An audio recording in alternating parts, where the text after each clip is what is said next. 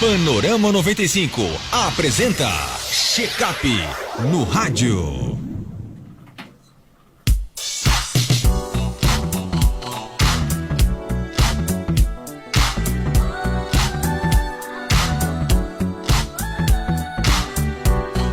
Quadro Check-up no rádio, hoje com o Dr. Belísio Neto, médico geriatra. Seja bem-vindo, Dr. Belísio, bom dia. Bom dia, Marcos. Bom dia a Geraldinho. Bom dia a todos que nos ouvem e nos assistem. Mais uma vez, uma satisfação participar do Panorama 95. E hoje para tratar de um assunto que eu confesso que nunca ouvi falar na minha vida, que é a sarcopenia. O que é isso? Pois bem, Marcos, um tema tão comum na saúde do idoso. 40%, metade dos idosos acima de 65 anos, e à medida que a gente vai envelhecendo são acometidos. Sarco é carne, do grego, é músculo, e penia é diminuição. Então é a perda de massa muscular natural do envelhecimento, que pode ser acelerada por diversos fatores ao longo do envelhecimento. Então é a perda de massa muscular, perda de músculo, perda das carnes, vai atrofiando os músculos da pessoa quando vai envelhecendo. E no caso, quais são os sintomas, por exemplo? Que tipo de aviso ela começa a dar? Bem, existem algumas formas da gente identificar a sarcopenia. Os sintomas, eles são fraqueza, perda de força. A gente sabe que o músculo ele tem diversas funções, além de manter a força, de manter o equilíbrio, além de ser uma fonte de energia. A gente, quando precisa de energia, o músculo vai ceder essa energia. Ele tem uma função também no equilíbrio da glicose do organismo. Ele é onde existem os receptores GLUT4, que são os receptores da insulina, que coloca a glicose para dentro do corpo. Então, existem várias funções. Os sintomas são relacionados às funções desse órgão, desse tecido, aliás, que é o músculo, e são basicamente fraqueza.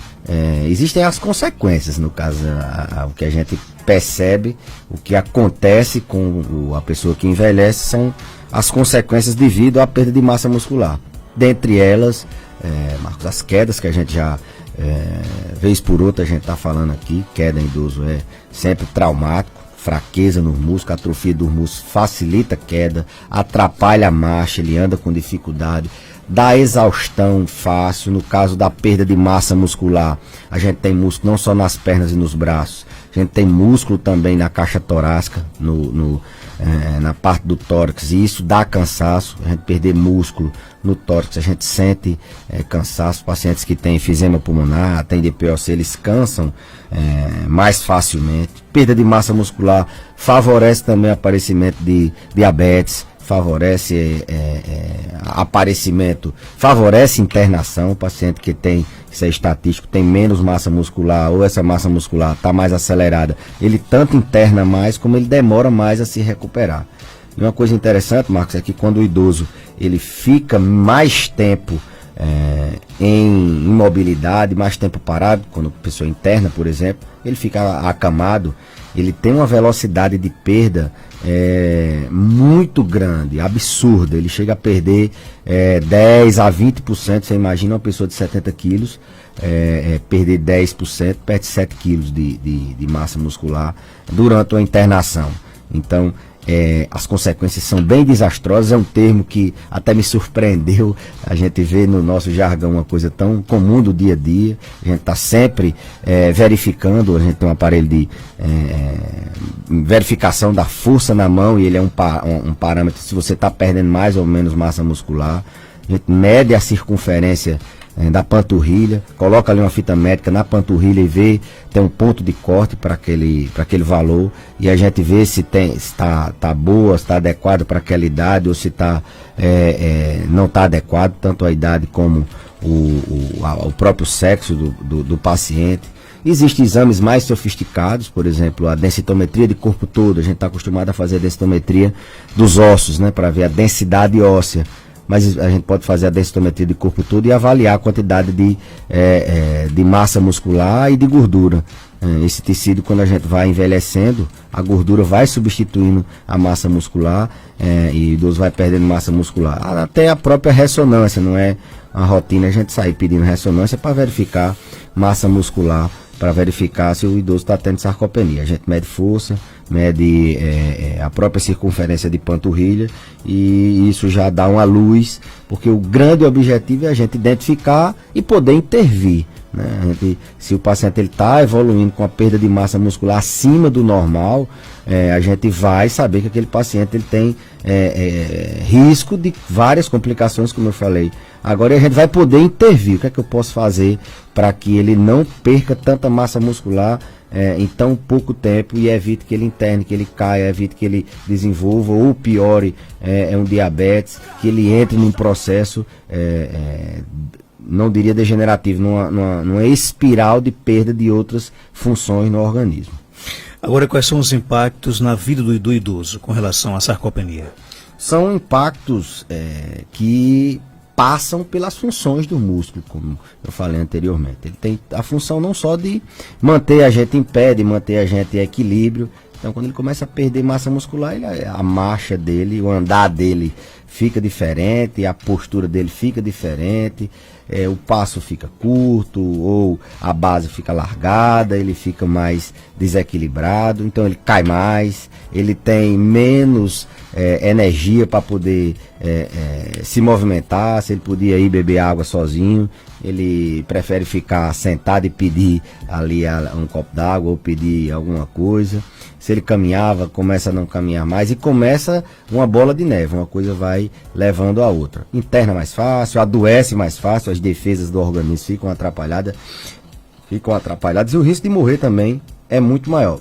Lembrando que recentemente foi-se identificada uma relação da perda de massa muscular com a perda de massa óssea, uma síndrome que a gente chama de osteosarcopenia, perde tanto o osso como o músculo. Então, massa muscular está relacionada ao risco de fraturas também. Está relacionado, se você está perdendo massa muscular, provavelmente você está perdendo também densidade óssea, e perder densidade óssea é risco de fratura. Os exercícios, por exemplo, ajudam a prevenir essa doença? Sem dúvida. O que é que mais acelera a perda de massa muscular? São 3 coisas.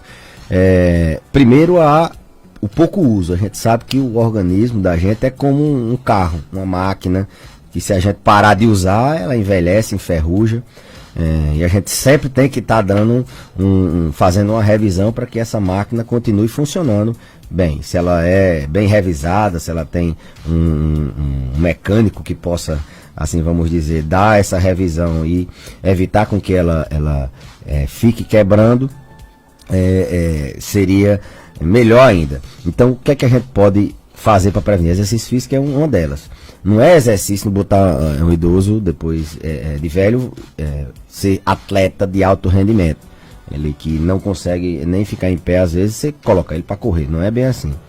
Existem exercícios simples que as pessoas... O próprio fato, eu sempre oriento lá no hospital, quem está internado, não ficar deitado. Não necessariamente você precisa ficar deitado, você pode ficar sentado. Você já trabalha a musculatura dorsal, os acamados, eles podem tentar fazer isso. As pessoas que cuidam, os cuidadores, não ficar fazendo tudo para o idoso nessa parte física, também não pode exagerar, deixar ele fazer sozinho, mas quanto mais ele trabalhar a força, menos ele vai ter esse desgaste. Esses exercícios vão desde o paciente acamado ao paciente que anda pouco. Eu oriento muito na consulta eles levantarem e sentarem várias vezes. Está sentado, uma pessoa ajuda ali, levanta, senta várias vezes. Eles trabalham uma musculatura, o quadríceps femoral, que é um músculo gigante, um músculo muito grande, que é o principal músculo do equilíbrio, facilita o paciente cair. Como é um músculo grande, tem muita energia. Então, exercício físico, mesmo que o paciente acamado, mesmo que o paciente ande pouco, ele se mexer. Quanto mais, voltando à questão da analogia com o carro, quanto mais a gente usar, melhor. Assim não é, assim é com músculo, assim é com rim, assim é com a cabeça. Se a gente parar de utilizar, a gente começa a enferrujar. Então, atividade física, e aí as pessoas que andam, caminhar, quem não pode, faz fisioterapia, faz atividade na piscina, faz a bicicleta, a atividade contra-resistida, eu sempre falo, a musculação é o melhor, disparadamente, o melhor exercício para o idoso que tem sarcopenia, tem perda de massa muscular. Na verdade, os exercícios eles se complementam, né? A piscina com contra-resistente se complementam. Mas a primeira coisa a se fazer é não parar, é fazer atividade física, é mexer, se movimentar. Segunda coisa é uma dieta adequada. A gente está sempre preocupado com obesidade, com restrições alimentares por causa de certa doença, do diabetes, da pressão, é o sal, é o açúcar, uma taxa alta. Lógico, se você tem uma doença que restringe sua alimentação e você necessita ter uma dieta, isso a gente não vai, por exemplo, os renais crônicos, eles têm uma necessidade, eles têm uma restrição de proteínas. Então, a alimentação, a baixa ingesta de proteínas no paciente idoso facilita ele perder mais massa muscular. Eu falei dessa alimentação em paciente com algumas doenças, mas o paciente idoso, principalmente aqueles do grupo acima dos 70 anos, acima dos 80 anos, eles são idosos que têm algumas especificidades, inclusive na alimentação. Então, a gente está preocupado em restrição, está preocupado em obesidade no adulto jovem. No paciente idoso, a gente está muito mais preocupado com a desnutrição proteico-calórica. Então, ele tem que manter-se alimentado, mesmo que tenha uma restrição. Ele não pode fazer dieta para perder peso e emagrecer, se ele não tiver essa orientação. Que ele vai perder muito massa muscular e o músculo é fundamental. Então, o segundo ponto a se fazer é uma alimentação principalmente rica em proteínas. O que é proteína? Ovo é uma excelente proteína, leite é uma excelente proteína, frango, carne são proteínas. E algumas vezes, Marcos, a gente precisa suplementar essa alimentação com algumas fórmulas que existem no mercado, ou mesmo a gente separar essas fórmulas e fazer com que o paciente faça uma ingesta de proteína adequada, porque ele necessita de uma quantidade de proteína um pouco acima do normal. E a terceira coisa, Marcos, a se fazer é tratar bem as doenças crônicas. Se ele tem alguma doença como artrose, como hipertensão, como diabetes, ele manter essas doenças controladas favorece com que ele não perca massa muscular. Comer bem, fazer exercício e controlar suas doenças. Tem pergunta aqui no nosso WhatsApp, bom dia. Bom dia, Marcos. Bom dia, doutor Belísio. Eu gostaria de saber se ainda vai ter curso de cuidador de idosos. Maria Nazaré do Jardim do Seridó. Se já está perto de formar as turmas. Irto Belísio. Excelente pergunta. A gente, em alguma oportunidade no primeiro semestre, a gente comentou sobre isso. Já formamos um grupo até de WhatsApp com o pessoal da UERN, do hospital, com nossos estudantes que são da Liga de Geriatria, nossos estudantes que fazem a disciplina optativa de geriatria clínica. A professora Taline, juntamente com algumas outras pessoas, a gente formou o grupo. A gente está submetendo, tentando formatar o projeto para a gente submeter na UFRN como um projeto de extensão. Isso eu confesso que na verdade já poderia ter saído, mas em virtude de várias pessoas que a gente envolve, a gente precisa ter tempo para isso, porque a gente quer que esse curso ele tenha um certificado via UFRN, ou que ele tenha alguma coisa mais robusta. Não adianta só a gente fazer e dar um certificado ali de qualquer coisa. Então, está em processo de formação, a gente, juntamente com o Taline e estudantes da UFRN, estamos propondo para nesse segundo semestre a gente fazer, e vamos divulgar aqui, até porque o mercado hoje, Marcos, de cuidador de idoso, é a profissão que mais cresce no país, né? Cada vez mais a gente está precisando de pessoas para cuidar dos nossos idosos, e isso vai aumentar ainda mais, porque vamos ficar velhos, vamos precisar de pessoas para cuidar da gente. Então, o pessoal aí de Jardim, fiquem atentos aqui no programa, que a gente vai avisá-los quando for começar o curso de cuidador. Tem mais pergunta? Bom dia. Bom dia, Marcos. Bom dia, doutor Belício. Doutor Belício, por favor, gostaria que o senhor desse uma dica assim, sobre chá assim, para insônia, assim, para ansiedade. Quais são os chás que o senhor indica? Obrigada, tenha um bom dia. E aí, doutor Belício? Bom, não é muito minha praia, chá.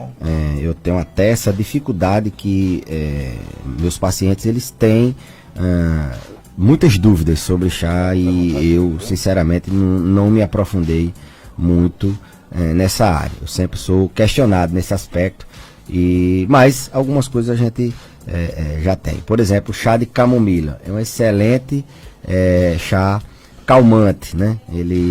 As pessoas têm uma sensação de diminuição da ansiedade e muita gente usa para dormir. O chá de camomila também, nesse caso, não ingerido e sim você coloca na geladeira, ele fica gelado, né, logicamente, e você utiliza para aliviar dor na pele. Chá de camomila gelado em áreas que estão queimando, que estão ardendo, isso cientificamente é comprovado. Outros chás, eu não tenho tanto conhecimento assim, se eu for falar, eu vou falar de maneira empírica, com o conhecimento popular, e talvez isso não seja o objetivo do programa, mas a gente sabe que alguns chás eles podem piorar certas doenças, por exemplo, tontura. Os chás eles são muito ruins para tontura. A grande maioria deles eles interferem no equilíbrio e eles podem facilitar as crises de labirintite, né? Alguns chás eles são diuréticos e o paciente pode, além de perder peso, perder algumas substâncias como sódio, potássio. As mulheres podem perder urina e tem incontinência, ela já tem incontinência, perda de urina involuntária, então elas tendem a ter mais incontinência e isso, o risco de uma queda à noite vai levantar é muito grande. Então tem que ter cuidado, né, na questão do chá. Ele tem seus benefícios, né, no período frio, tomar um chá, as pessoas que não podem ingerir café, mas ele tem também alguns riscos muito pouco, mas que existe. Então o chá de camomila é o que a gente mais tem literatura sobre isso. Doutor Belício, obrigado por sua participação, né? Esperança a última que morre. Quem sabe amanhã a gente possa meter 3 gols aí, né? No Emelec. Eu tava falando. A Adel Silvana tá aqui já rezando por nós que vai ser 4-0, né? Rapaz, coisa boa, viu? Eu acho que... Agora eu fiquei triste que o Neymar quer vir porque está se oferecendo para o Flamengo. O Neymar hoje não está à altura do Flamengo. A gente tem que ser realista, né? É verdade. Aquilo ali, Marcos, é uma estratégia. Ele não está à altura do Flamengo, entender. Na verdade, aquilo é uma estratégia, porque ele não está se dando bem. A proposta do Barcelona não chegou, que ele esperava. E ele está esperando voltar ao alto nível. Talvez o Brasil seja uma proposta. O Flamengo também seria talvez a melhor opção, né? Para ele dar a volta por cima, né? Dar a volta por cima. Bom, não enrola não. Eu estava aqui conversando com o Geraldinho. A emoção, o coração... Ele 5 gols. Né? Ele tem a certeza que o Flamengo vai classificar. Mas a razão, ela nos atrapalha. É um jogo difícil. O treinador, semana passada... quase enlouqueceu a gente com aquela escalação, mas a esperança, como você disse, é a última que morre. Saudações rubro-negras. Mas seu Palmeiras, viu, Geraldinho? Não tá lá essas coisas pra você mandando, cheiroso, não. Tá cheiroso. Um abraço, Marcos, e até a próxima semana. Até terça-feira, se Deus quiser.